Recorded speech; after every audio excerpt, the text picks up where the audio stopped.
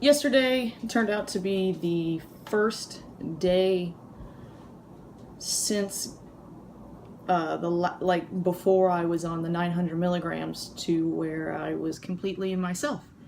I had almost no anxiety at work. I was having great conversations with my coworkers as well as people that came into the shop. And not that I ever have a hard time with conversations with my coworkers. They're all great. The only thing is when my anxiety is high, I just feel like I can't quite get the rhythm or cadence of a conversation.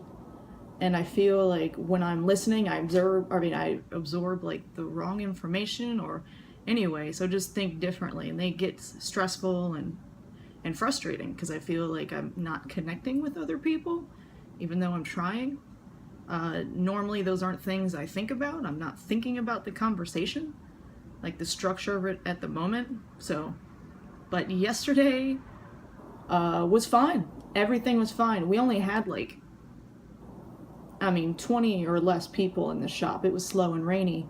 Usually half of those were for repairs, not my side of the store, which is the sales floor, not the repair shop. And generally when there's less people to talk to, or there's, large gaps between when I do, it doesn't give me the ability to get warmed up, and my anxiety usually rides really high like that. Like if we're super busy, something in my brain clicks and I can kind of just get to at level of when I'm talking to one person, and then I can switch to the next. It's almost like, I can keep the momentum.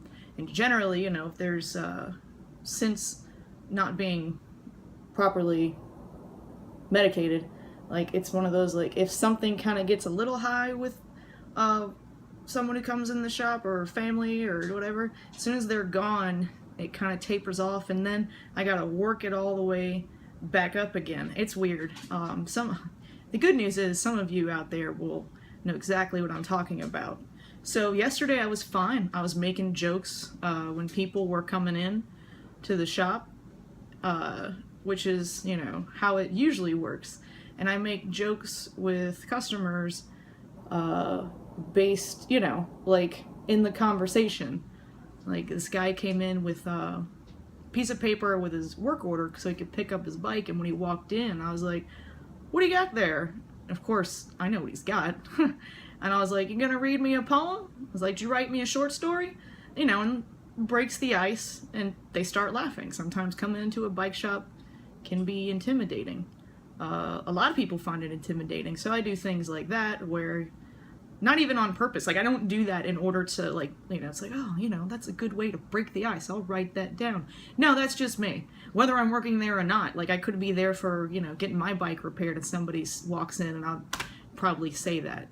But that's the beauty of yesterday, is I was me. I could be me. It was great. And it's anecdotal, but I think I figured out what it possibly has been. So lithium is a salt, and you have to drink a lot of water when you're on lithium, because the balance of salt and water in your body has to be at a certain ratio or balance. And if it's not, it's one of those, that's why salt water, if you drink that because you're dehydrated, will actually dehydrate you further, because the more salt your body tries to flush it out, so you get dehydrated. And same thing, if you drink too much water, you kind of lower your sodium levels. Anyway, it's weird, but that's all important, because with lithium you have to find that right amount. And from riding all the time, not the past 2 months, but normally what I do, and over the however many years, especially in hot weather, I drink a very decent amount of water. Well, the past 2 months and past little while, I'm drinking, same amount of water I've been drinking for years. And I figured on lithium, Like, you just got to stay hydrated. I didn't increase my water intake. I just kept it the same. Well, 2 days ago, I did decrease my water intake. And then the next day, like Wednesday was really rough. Like Wednesday, I don't know how I got through Wednesday. And so Wednesday I drank half of the water I would normally drink, which is still plenty of water to hydrate me. But I guess I just drank too much water all the time. Well, for the lithium. So yesterday I felt great. I made sure to monitor my water and make water intake and make sure it wasn't high like it has been. And I sip small amounts throughout the day, which is really hard because like I'm just used to, it's like someone who's been drinking soda like all day for like 15 years and all of a sudden they've got to stop doing that. Granted, I don't drink soda at all and my problem is water, and I was like, but I drink a lot of water during the day. So I just got to keep enough to where I don't get dehydrated. That's kind of where I keep myself at, to where I don't feel dehydrated, but it's like a nice middle ground. Like I'm definitely not like before where I can not feel anything, like people were saying before in a lot of the forums and stuff, like, yeah, man, lithium makes me so thirsty. Like I had to increase my water intake, and I'm sitting there like, oh crap, I might have to increase my water intake, and I drink a lot of water already. I'm pretty sure a lot of these people don't drink, they really don't, like, not all of them, but a lot of them that I did see, they didn't drink a whole lot of water beforehand, and if they did, like, it wasn't the amount they should have. And so those are the people that ended up being, like, oh man, I was really thirsty. And people like me who understand hydration and stuff like that in a sports setting, still learning how lithium works as far as it's regular. That's the only thing. It's going to be so weird to figure all this out, because then, like, if I cut back hydration too much, then it's possible lithium toxicity, and if I drink too much, then I'm basically washing the medication out of my system. So just like anything else, this is going to be kind of a trial and error. But so far, this is only day 2, but so far it looks like drinking less water has actually helped significantly. And I don't feel less hydrated. I just don't have the stomach that's swollen excessively. It's still swollen. Like, my stomach is always swollen now. But, like, that's kind of a small price to pay.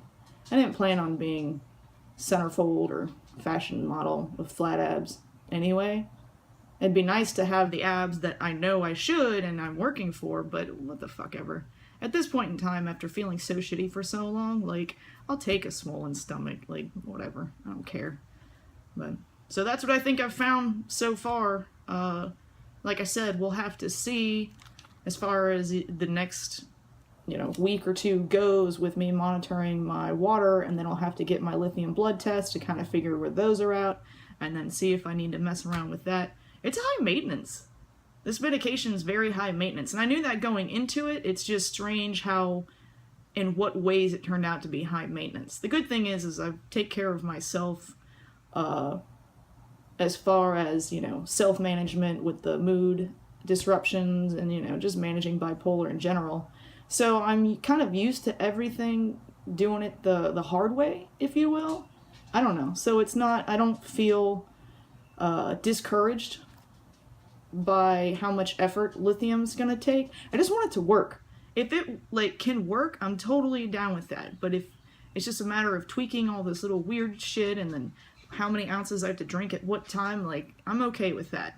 I'm really okay with that, especially, being into cycling for so damn long, to eat at certain times. It's, I've got a concept, or at least the patience for dealing with something like that because I've kind of dealt with that in many other facets, but I'm staring at my water. You can't see what I'm looking.